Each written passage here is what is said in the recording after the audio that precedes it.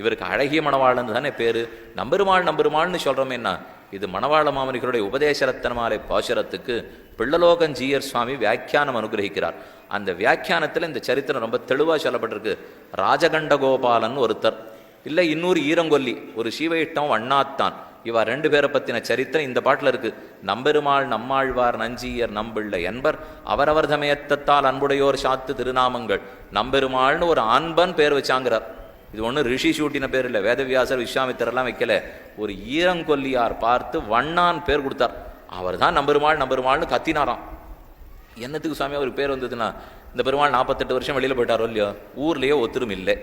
அதுக்கப்புறம் 48 வருஷம் கழிச்சு திரும்பி வரச்சே எல்லாரும் பரமோதம் போயிட்டா.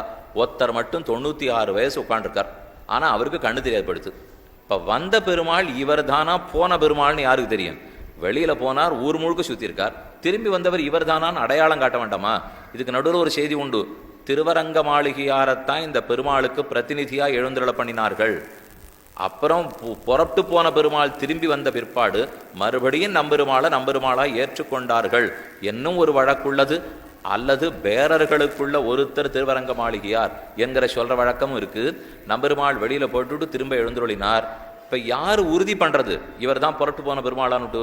வண்ணான் ஒத்தரை தான் அவருக்கு கண்ணு தெரியல.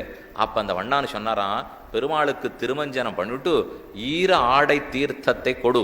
இந்த திவ்யதேசத்தில் பெருமாளுடைய ஈரவாட தீர்த்தம் ரொம்ப முக்கியம். திருமஞ்சன் ஆன உடனே அரையர் சுவாமி பிழிஞ்சு எல்லாருக்கும் கொடுக்குறாரோ இல்லையோ, அந்த ஈரவாட தீர்த்தம் பெருமானுடைய திருமேனி வாசனையோடு நம்ம அனாதிகால சம்சார கர்ம வாசனை தொலையணும்னால் நம்பெருமாள் திருமேனி வாசனையோட தீர்த்தத்தை புஜிச்சோம்னு சொன்னால் அப்போ அது போகிறதுக்கு தான் வாய்ப்பு.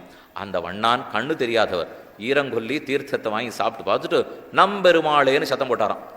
அப்படின்னா 1323 புறப்பட்டு போனாரே அந்த பெருமாள் நம் பெருமாளே. இதோ திரும்பி வந்தவர் இவர் தான் நம் பெருமாள்னா, நல்ல வேளை நீ ஒத்தனான்னு உறுதி பண்ணியே, இனிமே இவர் நம்பெருமாளாகவே இருக்கட்டும் என்ன அவர் அன்று பெயர் பெற்றார். ஆக ராஜகண்ட கோபாலன் ஈரங்கொல்லி ஆகியோரே நம்பெருமாள் என்று பெயர் கொடுத்தனர். ஆக அவரவர் தம் ஏற்றத்தால் இது அன்புடையோர் சாத்து திருநாமங்கள்.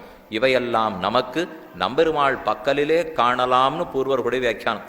என்னென்னலாம் நம்ம சாஸ்திரத்தில் கேள்விப்படுறோமோ அது அத்தனையும் நம் பெருமாள் பக்கத்திலேயே நாம் அனுபவித்துக் கொள்ளலாம்.